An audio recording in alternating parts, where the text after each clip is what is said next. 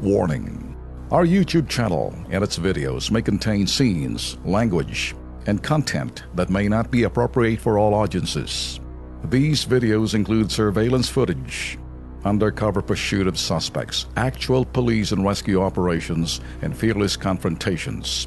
If you do not approve of the content, please do not watch our videos. If you wish to continue, we strongly advise that you proceed with caution. Viewers' discretion is advised.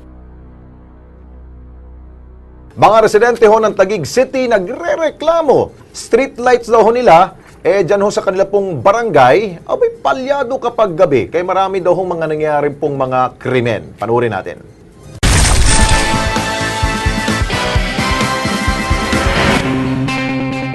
Sa kaba ng Cucumber Street, Barangay Malugay, Taguig City, agaw pansin ang kalsadang ito dahil sa tintinang kadiliman. Ang mga streetlights, palyado. Kaya naman, ang ilang motorista, hindi may wasang mangamba.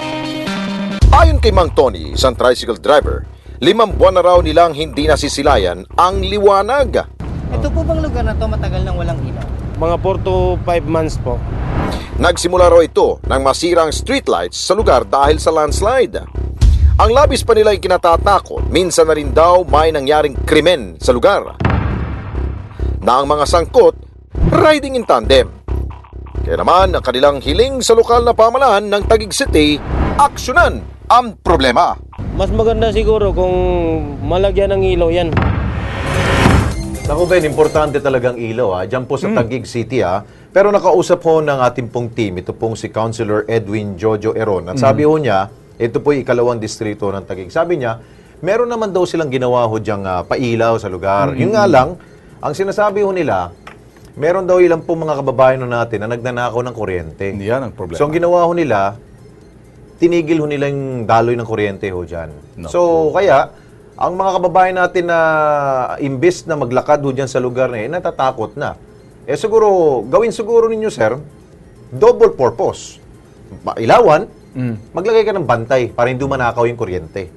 Yun naman daw plano ni Councilor Eron na gagawa sila ng paraan. Anong ibig sabihin nun? Talang ninanakaw yung kable ng kuryente? Hindi, yung mismong kuryente talaga, source. Nagtatap sila. Ba ganun ba? Oo, matindi ngayon. Oo. Ba't di pa sila tutos-tusta? Ay, Parang mga ganun eksperto yun, mga eksperto nga. Ayun, no? Ang tawag dyan, mga jumper. Sila boy kuryente yan. Mga boy kuryente. Sige, may panahon rin kayo, makuryente kayo dyan. Sana makuryente, Yun. matusta Pero rin. gagawin ng paraan yung po mga nagre-reklamo, asahan nyo po si Councilor Edwin Eron, gagawa daw ng solusyon po dyan. Pag wala, markado na yung pangalan ni Councilor. Naku. Sigurado yan. Naku, Ha? takot ako dyan. Yun.